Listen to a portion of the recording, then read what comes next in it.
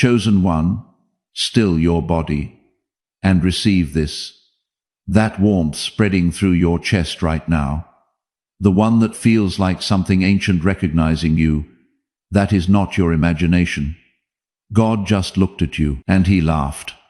Not the laugh of someone who finds you amusing. Not the laugh of someone watching you stumble. The laugh of a father so proud of what he sees that the sound of it shook the walls of heaven. The angels stopped, the atmosphere shifted, and in that moment every voice that has ever told you that you were too broken, too late, too far gone, was silenced by the sound of God celebrating the sight of you. The enemy has been working overtime this week for one reason, and one reason only. He heard that laugh, and he knows what it means. It all ends here. The shame, the self-doubt, the quiet belief that you are somehow less than what God promised. But hear this clearly, it is not ending because you finally got it right. It is ending because God has been watching you get it right all along, and he has been laughing with pride the entire time. Think back to that moment this week when you almost gave up. Maybe you were sitting alone somewhere quiet, holding the weight of something you could not explain to anyone, and you made a decision. Not a loud decision, not a celebrated one. Maybe you chose to get up again. Maybe you chose to stay kind when cruelty would have been easier. Maybe you simply chose not to quit when quitting was the only thing that made sense. You had no idea what that moment looked like from heaven, but God saw it, and that was the moment he laughed. Type amen in the comments right now. Let heaven see that you showed up for this. You did not find this message by accident. The algorithm did not bring you here. God did. This is a divine appointment that was written into your timeline before you ever drew your first breath. You are standing at the edge of a revelation that is going to permanently change the way you see yourself. Stay until the very last second, because in the next few minutes, I am going to show you exactly what God sees when he looks at you. I am going to hand you the decree that cancels every verdict the enemy has tried to place over your identity. And at the end, I am going to give you a declaration so powerful that when you speak it, the pride of heaven will rise up inside you, and you will never shrink back into silence again. Do not click away. Your future self is standing on the other side of this message, fully awake, fully free, fully certain of who they are. Do not make them wait. Before you go further, press the like button right now. Not as a habit, as a yes, as your spirit saying, I receive what is about to be spoken over me. I know what the last 72 hours have felt like. The atmosphere has been strange, not loud, not dramatic, just heavy in a way that is hard to name. Maybe you caught yourself staring into nothing this week. Not sad exactly, but tired in a way that sleep does not fix. Or maybe you woke up at 3 in the morning with a question sitting on your chest, one you cannot fully form into words, something close to. Am I enough? Am I actually who God says I am? Because the evidence in front of me does not seem to match the promise. You feel like you are waiting for proof, and in that waiting, the enemy has slipped a very specific lie into your thoughts. He has been replaying your failures like a court case. That conversation where you said the wrong thing, that season where you made choices you are not proud of, that version of yourself you have been trying to bury, and the accuser has been standing over that evidence saying, this is who you really are. God may love you, but I need you to hear what the scripture actually says about this moment. He will rejoice over you with gladness. He will quiet you by his love. He will exalt over you with loud singing. Listen to that. He exalts over you. He sings over you. That is not the language of a God who is disappointed. That is the language of a father who cannot contain his pride. The word used in that scripture is the same word used for a warrior celebrating a victory. God is not tolerating you. He is celebrating you. Type 777. If you believe God is proud of you right now, not someday, not after you fix everything, Right now, the enemy has been lying to you about your position in the eyes of God. He has been telling you that your weaknesses are disqualifications. But the truth is this: God has seen every battle you have fought in private, every moment you chose character when no one was watching, every tear you cried in a room alone, trusting Him even when trust felt impossible, and every single time He looked at you and laughed with so much pride, it echoed through eternity. The heaviness you feel right now is not the weight of shame. It is the weight of glory that has not yet landed on you fully. It is the pressure of a calling that is too large for the container you have been trying to hold yourself in. You are not behind. You are not disqualified. You are not forgotten. My name is Joseph Bill. For years I have been studying the patterns of spiritual awakening, the warfare that follows a chosen one, the moment they begin to step into who they were created to be, and the breakthroughs that are always closer than they appear. More than 10,000 people have walked through their darkest seasons using what I teach here, and come out on the other side knowing exactly who they are and why the enemy fought so hard to stop them. If this message is hitting something deep inside you, subscribe right now and turn on every notification. Your spirit led you here. Do not let the algorithm decide if you come back. The next message I release might be the exact word you need for the war you have not even seen coming yet. You are not someone God merely tolerates. You are someone God boasts about. You are the one He points to when heaven needs to see what resilience looks like, what faithfulness looks like, what a chosen one who kept going in the dark looks like. That was not weakness. That was the making of a weapon. And God laughed full and loud and proud and said, "That is my chosen one." As this word settles in your spirit, know that helping with this mission is not a small thing. It is a sign that you understand what is at stake. You can support this work through the link in the description or the pinned comment, whether by buying a coffee, making a donation, or becoming a member of our exclusive community. By doing so, you become part of what God is using to reach the one who is still hiding, still believing the accuser's case against them, still waiting to hear that heaven is proud of them. Every seed you plant turns into light that reaches that person. If you water others, you will be watered yourself, Jesus says. This is not poetry. It is a living. Come into this moment with faith. What God has already declared over you can be unlocked through your giving. And I need you to sit with that for a moment. Because what just landed in your spirit is not hype. It is not a feeling designed to fade by morning. It is a word that was already written about you before you took your first breath. And it is arriving right now because you are standing at the edge of something heaven has been preparing for a very long time. Imagine a tapestry meticulously woven in the quiet chambers of eternity, with your name and your divine assignment intricately stitched into its very fabric. That word is the echo of that eternal blueprint. A whisper from the Creator confirming your destiny is not a matter of chance but of divine orchestration. It is a celestial handshake, a cosmic confirmation that you are precisely where you are meant to be, poised for a profound shift orchestrated by the infinite. Now stay with me, because here is what most people do with a moment like this. They feel it, they receive it, and then they walk back into the same version of themselves they were before they pressed play. It is like catching a glimpse of a magnificent vista from a mountaintop, only to descend and forget the clarity that the altitude provided.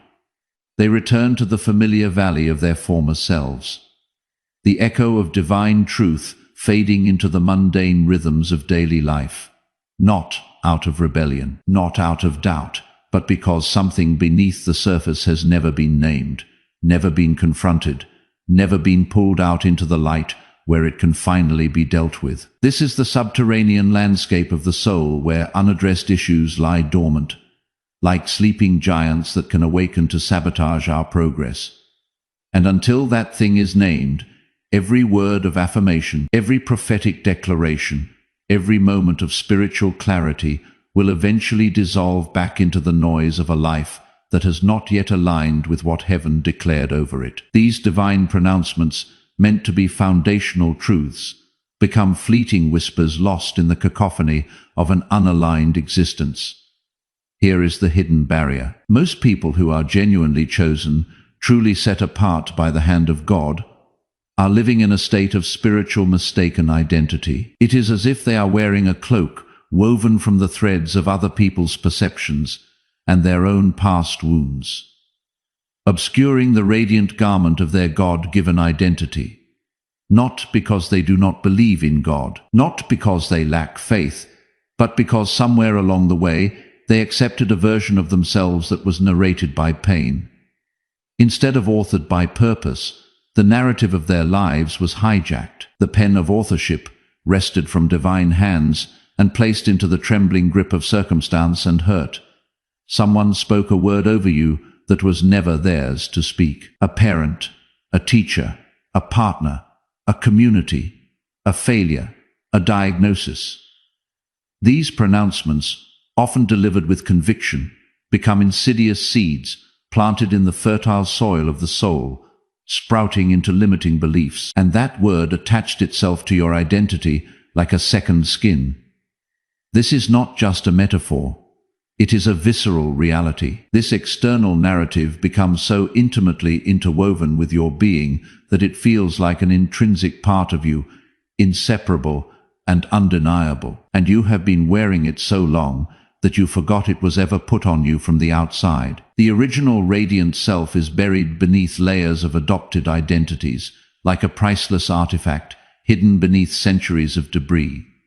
Think about Gideon. When the angel of the Lord appeared to him, Gideon was hiding in a winepress, threshing wheat in secret, so the Midianites would not find him. He was operating in survival mode. This winepress was not just a physical hiding place. It was a spiritual bunker, a sanctuary of fear where his potential lay crushed and hidden. And the angel looked at him and said, "The Lord is with you, mighty warrior." This declaration was not a suggestion. It was a revelation, a profound unveiling of Gideon's true nature, obscured by his present circumstances. And Gideon's first response was essentially, "You must have the wrong person." His mind, conditioned by fear and scarcity, could not reconcile the angel's words with his reality. He listed every reason why the declaration could not possibly be true. His tribe was the weakest. He was the least in his family. His circumstances contradicted every word that had just been spoken over him. He presented a meticulously catalogued defense against the truth, a testament to how deeply ingrained his perceived inadequacy had become. But here is what the angel did not do. The angel did not lower the declaration to match Gideon's current reality. The divine word remained steadfast, unwavering in its truth, a beacon of what was possible beyond Gideon's limited perception. The angel stood on what heaven had already decided. Heaven's decree was immutable, a truth that predated Gideon's fear and his circumstances. And that is exactly what God is doing with you right now. He is not adjusting his declaration to fit your self-perception. He is not scaling back his promises to accommodate your current limitations.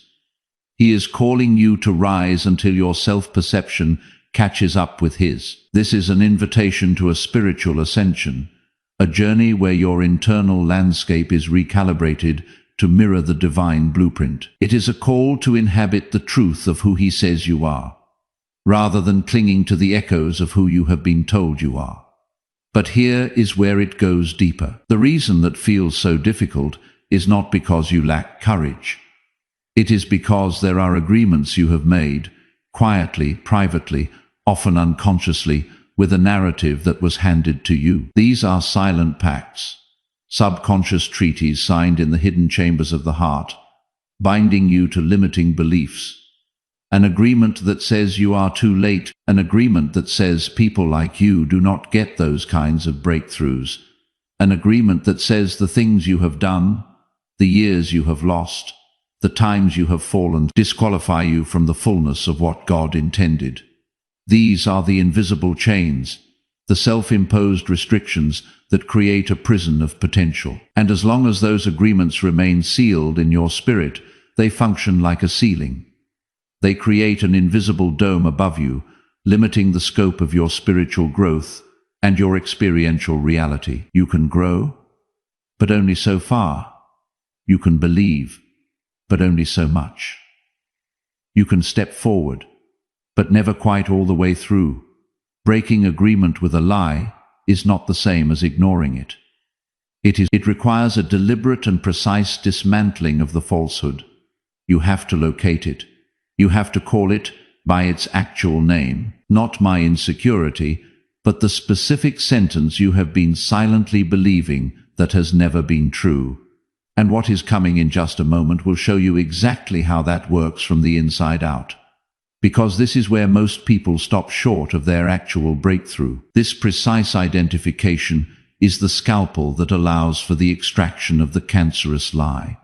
The moment you begin to name the lie, something else happens that almost no one talks about. Resistance intensifies, and I do not mean that metaphorically. This is not a gentle nudge. It is a seismic upheaval within the spirit. I mean that the closer you get to the real root of what has been holding you, the louder the counter-argument becomes. It is as if the very foundations of your perceived reality begin to shake, and the forces that have held you captive mobilize in defense. Suddenly you are exhausted.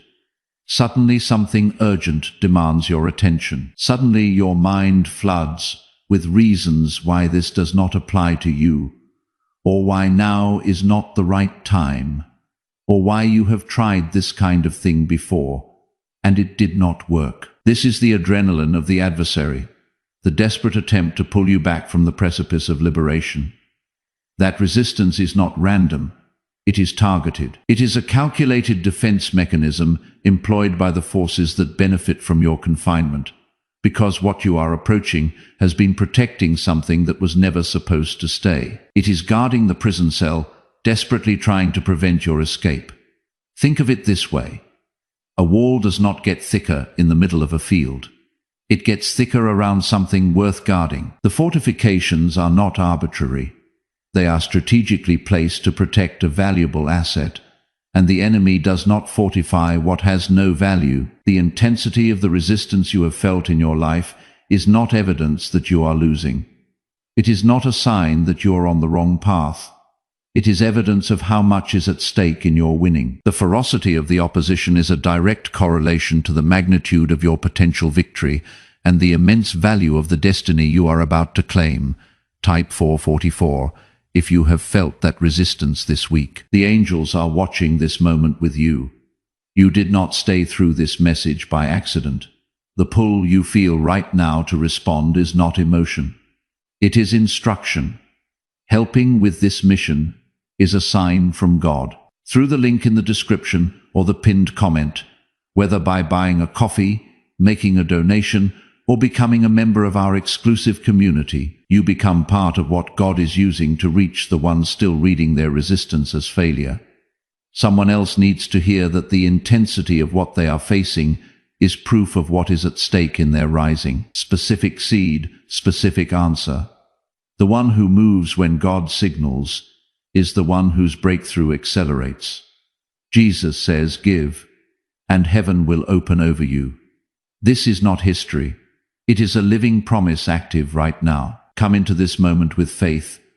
What God has already placed inside you can be unlocked through your obedience. And this brings us to something that shifts everything. Most people interpret spiritual warfare as an attack on their destiny. They see every trial, every setback, as a direct assault aimed at derailing their future. But there is another layer beneath that. Sometimes what looks like an attack from the outside is actually a war being fought around an identity you have not yet stepped into. The enemy is not fighting the person you are right now. He is fighting the person you are about to become. He is launching preemptive strikes against the future. You, the fully realized, divinely appointed you. He knows that once you fully inhabit that new identity, your capacity to impact the world will be immeasurable. And once you understand that, the nature of the resistance changes entirely. You stop running from it. You start reading it as a signal. It transforms from a terrifying threat into a diagnostic tool, a roadmap indicating precisely where your greatest breakthroughs lie. Type 1111. Type 11 if your declaration that a new chapter begins here. And almost no one sees it coming. This is the subtle trap, the deceptive detour that can keep even the most earnest seeker on the fringes of their promise. There is a counterfeit rest that chosen people fall into. It looks like peace. It feels like patience. It sounds like trust. It is a seductive stillness, a deceptive calm that can lull the spirit into a state of spiritual inertia. But it is actually a spiritual stall. It is the place where you have stopped striving in the flesh, but you have also stopped advancing in the spirit. The engine of your spiritual momentum has been disengaged, not because of a lack of faith, but because of a quiet paralysis. You are not anxious, but you are not moving. You are not desperate, but you are not activated. You have mistaken stillness for alignment and passivity for peace, and you have renamed that stall as waiting on God. This is a subtle perversion of divine timing, a redefinition of spiritual inactivity. But there is a difference between divine waiting and divine delay caused by inner avoidance. One is an act of faith, a surrendered posture in alignment with God's perfect timing. The other is an act of fear dressed up in the language of surrender, a sophisticated form of self-deception that masquerades as piety. Elijah understood this after the fire fell on Mount Carmel. After the greatest public victory of his prophetic life, he ran. He fled from the palpable manifestation of God's power into the desolate shadow of fear and exhaustion. He went under a juniper tree and told God he was done. He chose a place of perceived safety, a retreat from the overwhelming weight of his calling and the threats against his life. And God did not rebuke him. God did not preach at him. God let him sleep. God fed him. God met him in his brokenness, providing for his physical and emotional needs, a testament to his enduring grace. And then God asked him a question that he is asking you right now. What are you doing here? Not as condemnation, as an invitation to locate yourself. This is not a judgment, but a gentle yet firm call for self-examination, a call to confront the spiritual reality behind the physical location. Because Elijah was not in the wrong place geographically, he was in the wrong place spiritually. He had let the roar of Jezebel override the fire of God he had just witnessed with his own eyes. The terrifying pronouncements of his enemy had eclipsed the undeniable evidence of divine power. And God needed him to name that before he could be sent back out. The truth had to be spoken, the hidden reason brought to the surface before restoration and recommissioning could occur. What are you doing here? In the waiting, in the withdrawal, in the place that feels safe, but has started to feel smaller than what your spirit knows you were made for. What are you doing here? And this leads to the real turning point, the one most people never reach because they stop just before it. You have been praying for God to change your circumstances, and there is nothing wrong with that prayer. It is a natural and valid expression of seeking divine intervention.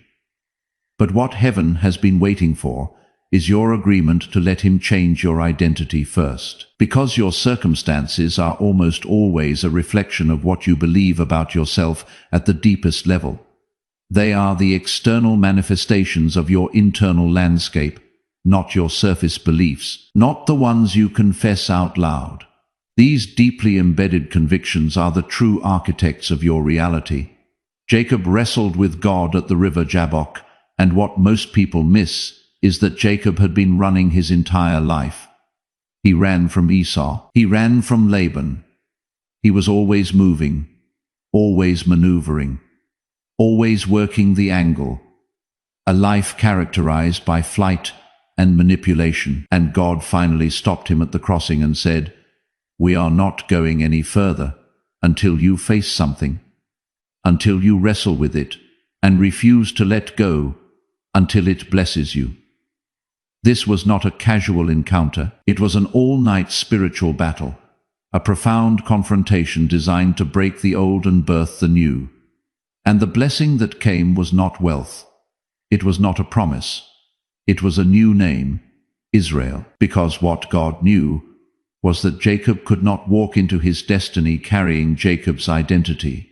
The old name, steeped in his history of deception and flight, was incompatible with the future God had planned. The name had to change first. The self-perception had to be reformed in the fire of that confrontation, before the inheritance could be received. God is stopping you at a crossing right now, not to break you, to rename you. This is not an act of destruction, but an act of profound creation, a divine rebranding that aligns you with your true purpose. Type "I receive it" in the comments. Not as a ritual, as the moment you stop arguing with what heaven already decided about you. And here is where it gets confrontational. And I need you to stay open. The thing that has been blocking you is not the enemy you have been rebuking. It is not the people who hurt you. It is not the years you feel you lost. Those are real. Those are painful. But they are not the root. The root is this. Somewhere in your spirit, you have decided that the version of you that God is calling forth is too far from the version of you that currently exists. The gap feels too wide. The leap feels too dangerous. You have allowed the perceived distance between your current reality and your divine potential to become an insurmountable chasm. And so, rather than stepping into the fear of becoming who God says you are, you have stayed in the familiar discomfort of who you believe yourself to be. Because familiar pain feels safer than unfamiliar greatness. The known ache of your current limitations offers a perverse sense of security compared to the terrifying unknown of your divine potential. And that is the thing no one tells you about being chosen. The greatest war you will ever fight is not against a person, not against a circumstance, not against a demonic force. It is against the smallness you have made your home. It is against the low ceiling you have agreed to live beneath. Because at some point, the ceiling felt like protection. It was a conscious or subconscious decision to contract your life, to shrink your dreams, to fit within boundaries that once felt safe, but now serve as an oppressive cage. And God is breaking it now. Not gently, thoroughly, because what He placed in you was never designed to survive in that small space. The divine spark within you requires expansive territory to burn brightly and fulfill its purpose. And here is the part that may surprise you most. God's laughter over you, that pride, that delight, that uncontainable joy that heaven felt when it looked at you. It was not conditional on your performance. It was not a reward for your obedience. It was not something you earned by finally getting things right. It was the response of a father who looked at what he made and could not contain his pleasure at what he saw. It was the pure, unadulterated joy of a creator marveling at his masterpiece. The way an artist steps back from a finished piece and something rises in the chest that words do not fully hold. That is what God felt when He formed you. Before your first failure, before your best success, before you knew His name or carried His assignment, He looked at you and something in heaven could not stay quiet. This primal foundational delight in your being is the bedrock of your worth. That means your worthiness is not a variable. It is not subject to change based on your actions or your achievements. It is a fixed point in the mind of God, and everything you have been doing to earn it, to prove it, to finally feel like enough, that labor is over. Not because the work is done, but because the foundation was never in question.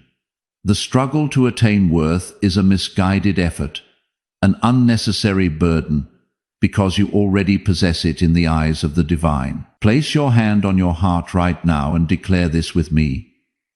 I release every label that was handed to me by someone who could not see what heaven sees. I break every agreement I have made with a lie that says I am too late, too broken, too far, or too small for what God has declared over my life. I name the resistance for what it is, not evidence of my failure, but proof of what is at stake in my rising. I receive the new name. I receive the identity that was written before my first breath. I step away from the familiar smallness, and I walk toward the terrifying, glorious, appointed fullness of who I was made to be. I am not waiting to become worthy. I am walking as one who already is, and I move forward today, not because everything is perfect, but because God looked at me, all of me, and laughed with pride. And that is enough. That has always been enough. You have stayed through this entire message, and that is not accident. God held you here for this moment specifically. Through the link in the description or the pinned comment, whether by buying a coffee, making a donation, or becoming a member of our exclusive community, take this final step of faith. This is not supporting a channel. This is the first act of someone who just received a new name. Every seed you release here turns into oil for your destiny, fire for your calling, and safety for your family line. Jesus says, "Let go, and watch what I bring back." Now is your time, my child. Step into it. If this word moves something in you today, do not let it fade. Send this to someone who needs to hear that heaven still sees them. You bring the anointing into your own life as you share. Tell me in the comments what broke open for you today. Type it out. Declarations made in public carry a different weight.